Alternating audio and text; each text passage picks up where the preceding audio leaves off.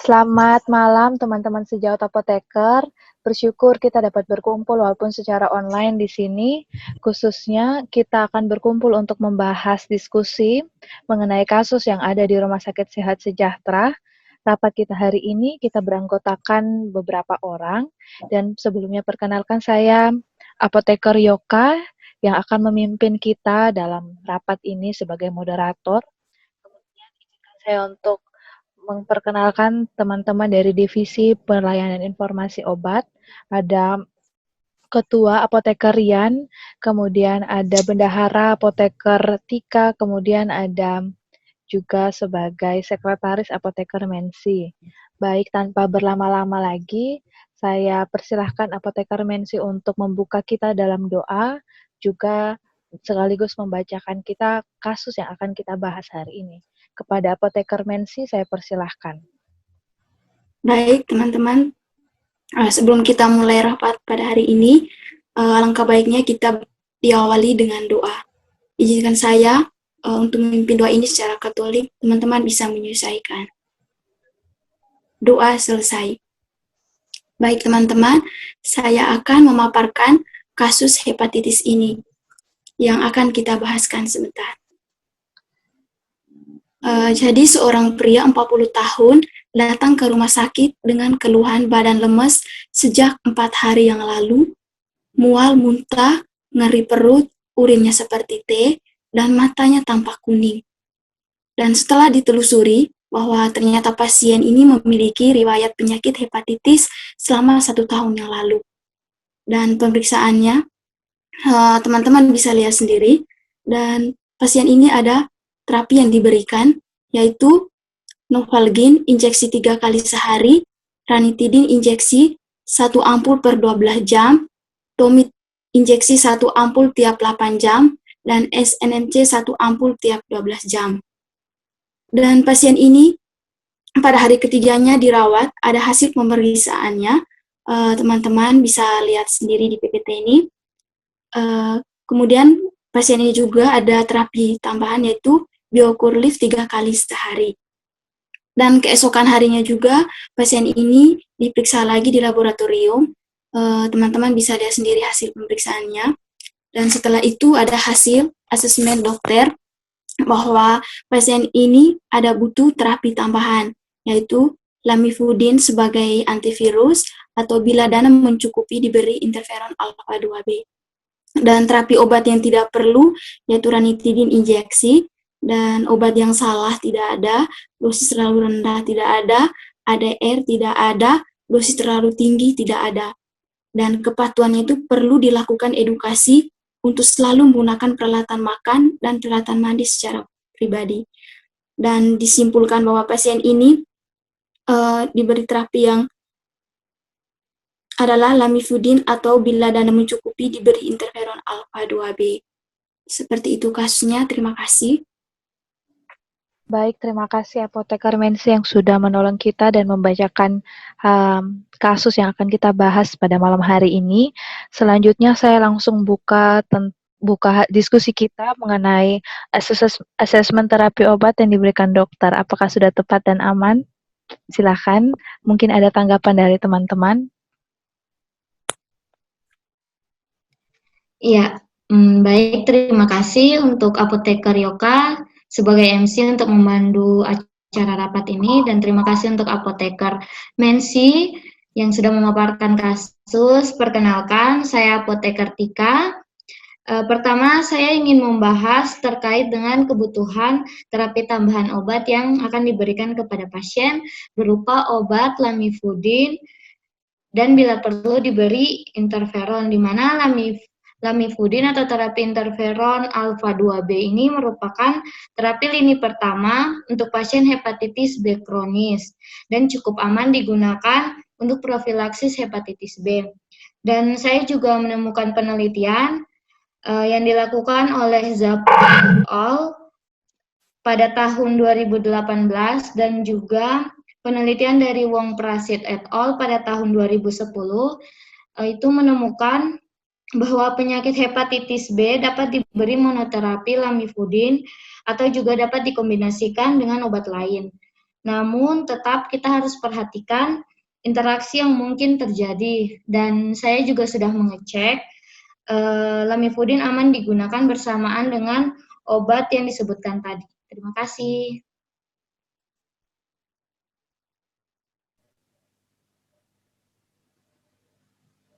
Baik, terima kasih Apoteker Tika untuk penjelasannya. Apakah ada tambahan terapi yang mungkin harus kita bahas lagi mengenai diskusi kita hari ini? Saya persilahkan. Baik, selamat malam teman-teman apoteker semua. Sebelumnya perkenalkan saya Apoteker Devi. Saya sangat setuju dengan informasi yang telah disampaikan oleh Apoteker Tika, itu terkait pemberian terapi lamivudin. Nah, di sini juga saya akan menyampaikan beberapa tanggapan lain, yaitu berdasarkan penelitian yang dilakukan oleh Yang Chun et al. Pada tahun 2016, hasil penelitian mereka menunjukkan bahwa entecavir itu lebih efektif jika dibandingkan dengan pemberian terapi lamivudin dalam mencegah reaktivasi HBV dan juga hepatitis terkait HBV pada pasien dengan infeksi HBV kronis, sehingga cocok dengan kondisi pasien yang sedang mengalami kekambuhan HBV. Sedangkan untuk dosis lamivudin itu sendiri bisa diberikan 100 mg per harinya. Sedangkan jika dimungkinkan untuk diberikan terapi entecavir, itu dosisnya boleh diberikan 0,5 mg per hari. Sekian dari saya. Baik, terima kasih tanggapan baliknya dari Apoteker Tevi. Kemudian saya berikan kesempatan bagi teman-teman lain yang mungkin punya tanggapan yang lain, yang berbeda, atau mendukung, atau punya penemuan informasi yang lain, saya persilahkan. Saya, Apoteker Devin, perkenalkan sebelumnya ingin memberikan informasi bahwa mengenai obat interferon alfa 2B-nya itu sudah sesuai, di mana jika dananya mencukupi dapat diberikan interferon alfa 2B. Karena menurut penelitian dari Bassinet et al. 2017 dijelaskan bahwa terapi imunoterapi dengan interferon alfa 2A itu dapat digunakan untuk mengobati sakit hepatitis. Kemudian dapat juga dilakukan kombinasi dengan perwakilan 2139 dan interferon pegilasi alfa 2A yang setelah dilakukan penelitian hasilnya aman juga karena memiliki reliabilitas yang mirip dengan monoterapi dari interferon alfa 2B. Terima kasih. Terima kasih kepada Apoteker Devin yang sudah menyampaikan efektivitas dan keamanan dari penggunaan interferon alfa 2A. Kemudian saya memberikan waktu bagi teman-teman lain yang punya tanggapan atau masukan. Silahkan. Baik, selamat malam untuk teman-teman apoteker semua. Perkenalkan, saya Apoteker Novi. Di sini saya akan memberi informasi tambahan yang mendukung pendapat dari Apoteker Tevi.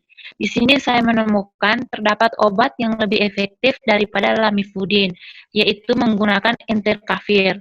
Hal ini sudah dibuktikan oleh penelitian Xi et al. Pada tahun 2017, di mana tingkat serum HbF DNA secara signifikan lebih rendah pada kelompok ETF 1,91 kurang lebih 0,45 log 10 international unit per mililiter dibandingkan dengan lamivudin 2,08 kurang lebih 0,75 log 10 international unit per mililiter.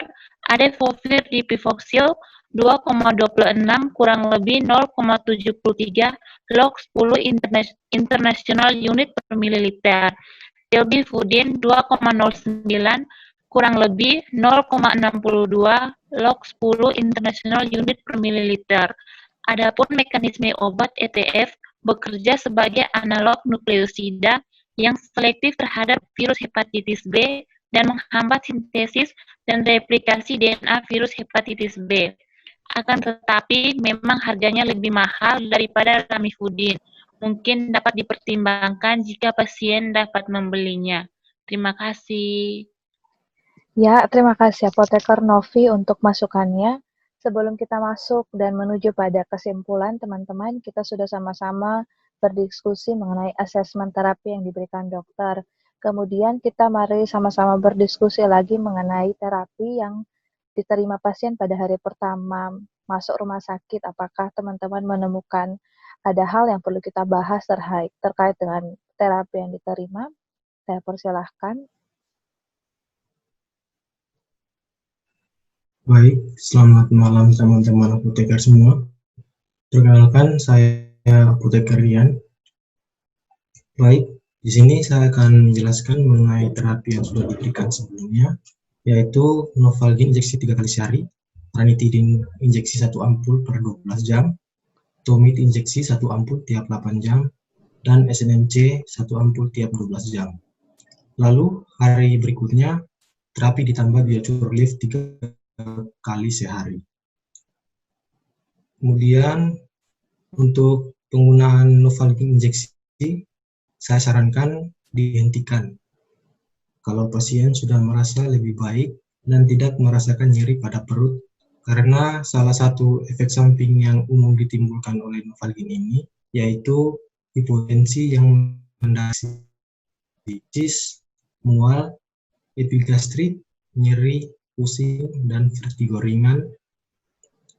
Mengacu dari jurnal Systematic Review oleh Gartner 2017, saya mau memberikan masukan untuk menghentikan pemberian obat ranitidin sebagai pertimbangannya untuk mengatasi mual dan muntah yang dialami pasien. Dan terkait penggunaan obat Tomid dapat terus dilanjutkan karena aman bagi pasien yang hepatitis. Karena obat Tomid ini itu mengandung metakolprom, ini memiliki insidensi yang kecil terhadap kerusakan pada hati.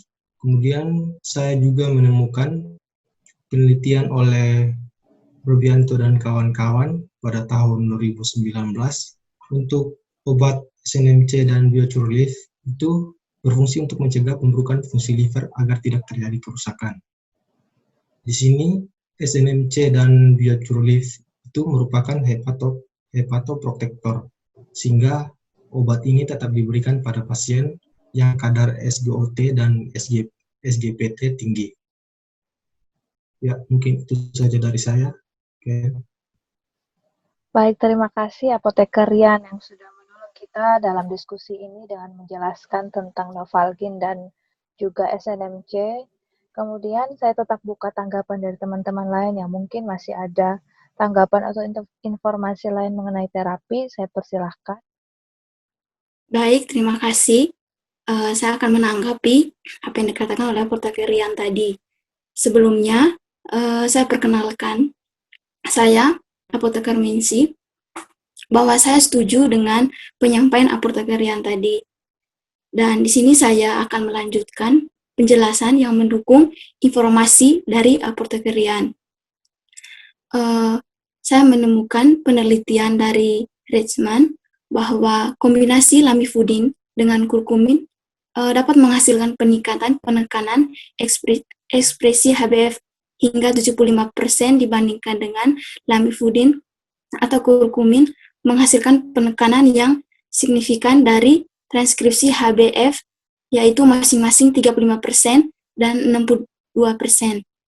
Dan di jurnal ini juga hasil ini menunjukkan bahwa kurkumin dapat bekerja secara sinergis dengan analogi nukleotida atau nukleosida anti-HbF saat ini, dan bahwa kombinasi ini dapat menghasilkan penekanan HbF yang lebih baik.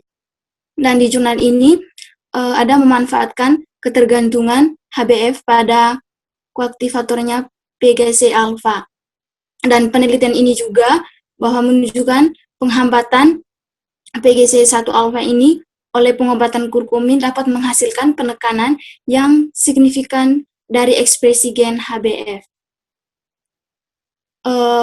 Dan untuk ranitidinnya itu dihentikan pemberiannya karena menurut penelitian jurnal Gualati dan menurut NCBI, teman-teman bisa lihat sendiri di PPT jurnalnya ini, bahwa dia katakan dalam metabolit ranitidin ini dapat menyebabkan kerusakan oksidatif di hati atau memicu reaksi alergi imun.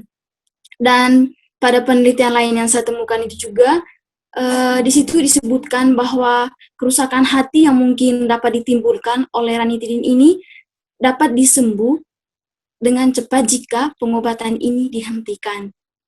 Itu teman-teman, terima kasih. Baik, terima kasih rekan apoteker. Mungkin masih ada yang mau menyampaikan pendapatnya. Saya tetap buka waktu untuk menyampaikan pendapatnya mengenai kasus kami hari ini. Silahkan. Oh ya, baik. Mau menambahkan untuk pengaturan dosis obatnya.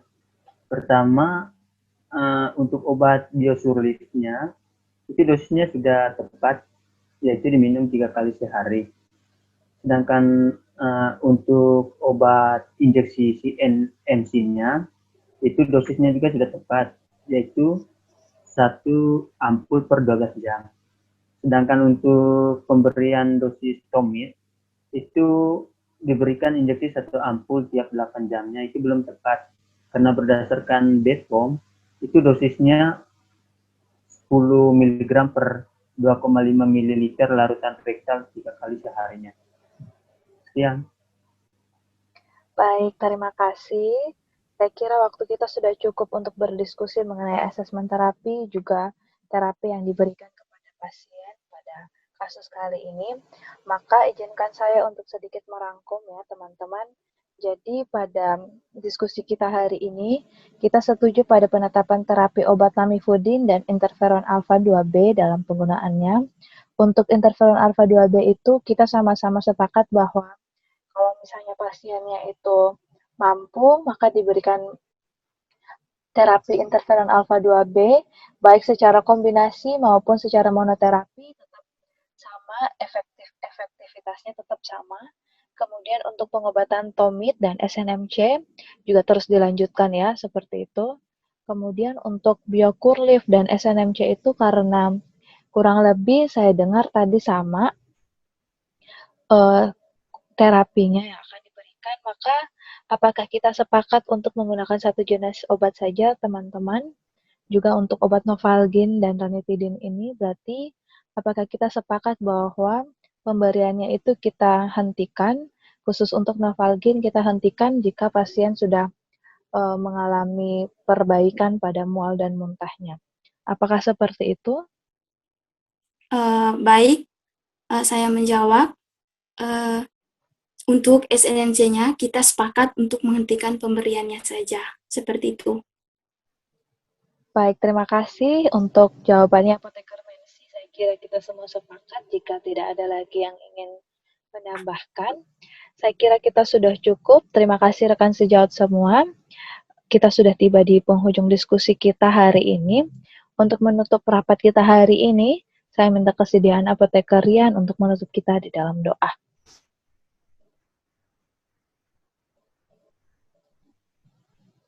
Baik, sebelum kita mengakhiri rapat kita pada malam hari ini, ada baiknya kita menutup dalam doa. Baik, saya akan memimpin secara Katolik, yang lain boleh menyelesaikan. Doa mulai. Doa selesai.